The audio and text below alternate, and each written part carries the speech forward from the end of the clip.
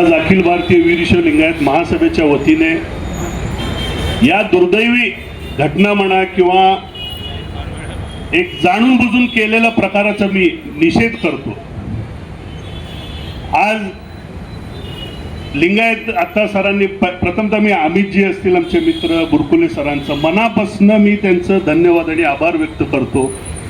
खचून जाऊ नका सर, थोडं भावनिक येते, चिट्टे सर आपले बोलून जातात। इथं फक्त 50 लोक असलं तरी इथं पूर्ण समाज असल्यासारखं आज आहे, कारण आपला DNA प्रॉब्लेम आहे। आपण शांत, संयमी, सहनशीलता, मी तर कधी कधी आमचे काका असतील वडील लोकांना दोष देतो, कारण आम्हाला लहानपणीपासून शिकवलं गेलेलं आहे होल बिडू अनादू ताळगिंदोरी नोड जगा साधू मुंद नडीरे। मी आज तुम्हाला एक प्रश्न विचारतो, जर एक नगरसेवक त्या समाजाचं नाव घेत नाही, दुसऱ्या कुठल्याही कुणाच्या सोलापूर जयंती उत्सव प्रिय शहर आहे, कुणाचं तर पुतळ्याला असं झालं असतं तर काय हो उद्रेक पेटलं असतं। सोलापूर बंद झाल्याशिवाय राहिला नसतं। एक नगरसेवक त्या आपल्या एक आमचे मित्रच आहेत, त्यांनी हे करू शकतं, तर आपले मंत्री संत्री आमदार का करू शकत नाही? वारंवार सर धक्का द्यायलेत, सगळे म्हणालेत नाव घेऊ नका, नाव घेऊ नका। अहो प्रश्न हे सत्ताधाऱ्यांनाच विचारला जातो आणि उत्तर पण त्यांच्याकडनंच अपेक्षा असतंय। खरं तर इथं आज भाजप असतील, आमचे मित्र मनीषजी असतील, सगळे तुम्ही आंदोलन घेतलं म्हणजे तुम्ही तुमच्या सरकारच्या विरोधात आला, त्याच्यासाठी तुमचंही अभिनंदन करतो मी।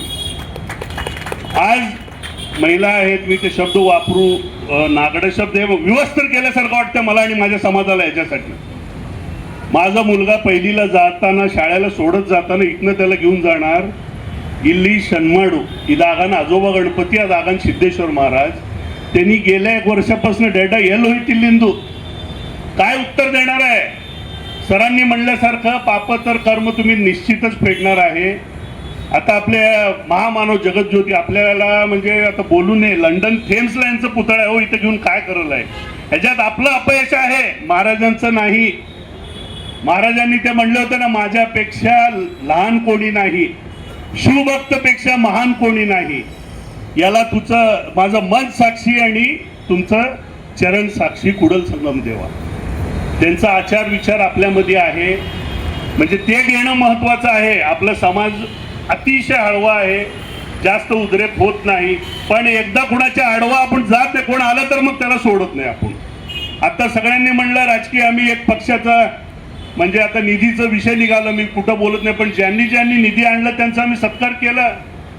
दुसऱ्या पक्षाचा मी प्रदेश अध्यक्ष असून पण परवा 14 नगरसेवक दुसऱ्या पक्षाचा असताना देखील आम्ही सत्कार केलं, कारण समाजाचा नगरसेवक झाला तर आम्हाला वाटलं की आम्ही पण नगरसेवक झालो। तर ही जाब विचारणारा नगरसेवकच्या हातात नाहीये।